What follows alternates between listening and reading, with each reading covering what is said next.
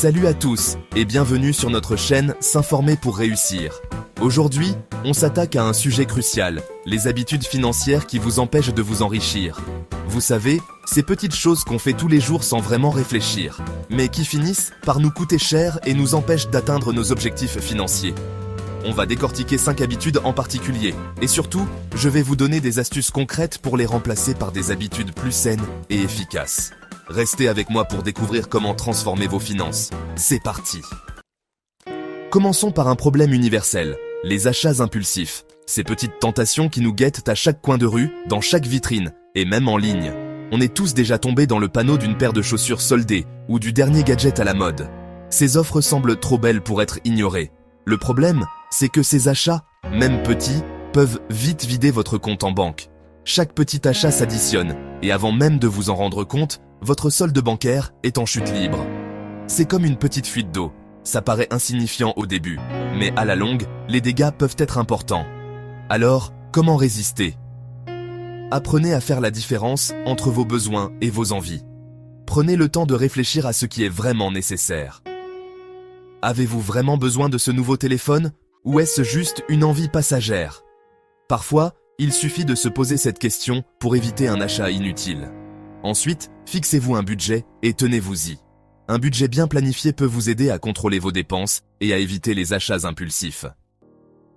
Passons à la deuxième mauvaise habitude, ne pas avoir de budget. Beaucoup de gens pensent qu'ils peuvent s'en sortir sans un plan financier clair. Mais c'est une erreur courante. C'est comme conduire les yeux bandés, impossible de savoir où on va. Sans un budget, vous naviguez à l'aveugle dans vos finances. Un budget, c'est simplement un plan pour votre argent. Il vous aide à voir clairement où va votre argent et à prendre des décisions éclairées. Il vous permet de suivre vos revenus et vos dépenses, et surtout, de vous assurer d'avoir assez d'argent pour vos besoins essentiels, sans oublier vos objectifs financiers. Sans budget, vous risquez de dépenser plus que ce que vous gagnez, de vous endetter pour rien, et de ne jamais pouvoir épargner pour l'avenir. Alors, comment créer un budget? C'est plus simple que vous ne le pensez. Commencez par noter toutes vos dépenses pendant un mois. Cela vous donnera une idée claire de vos habitudes de dépenses. Tout, du loyer aux courses, en passant par le café du matin. Chaque petite dépense compte.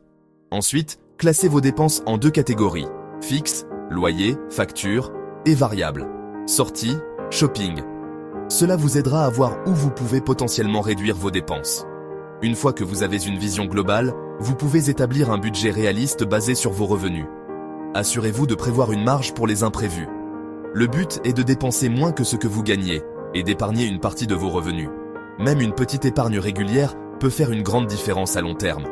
Un budget n'est pas une contrainte, c'est un outil pour reprendre le contrôle de vos finances et atteindre vos objectifs. Avec un budget, vous pouvez planifier pour l'avenir et éviter les surprises désagréables. Si vous n'avez pas encore de budget, commencez dès aujourd'hui. Téléchargez une application de gestion financière ou prenez un carnet et commencez à noter vos dépenses. Vous verrez rapidement la différence. N'attendez plus, prenez le contrôle de vos finances dès maintenant et commencez à bâtir un avenir financier solide. Abordons maintenant les cartes de crédit. Ces petits morceaux de plastique peuvent être à la fois des alliés précieux et des ennemis redoutables. Utiles pour gérer ses finances, elles peuvent vite devenir un piège si on ne les utilise pas avec précaution. Elles offrent une flexibilité financière, mais cette flexibilité a un coût. L'illusion d'avoir plus d'argent qu'on en a réellement est dangereuse. On peut facilement se laisser emporter par des achats impulsifs, oubliant que chaque dépense doit être remboursée. On dépense sans compter, et la facture est souvent une mauvaise surprise. Les montants s'accumulent rapidement, et avant même de s'en rendre compte, on se retrouve avec une dette importante. Les dettes s'accumulent vite, et avec les taux d'intérêt élevés, vous pouvez payer pendant des années des achats déjà oubliés.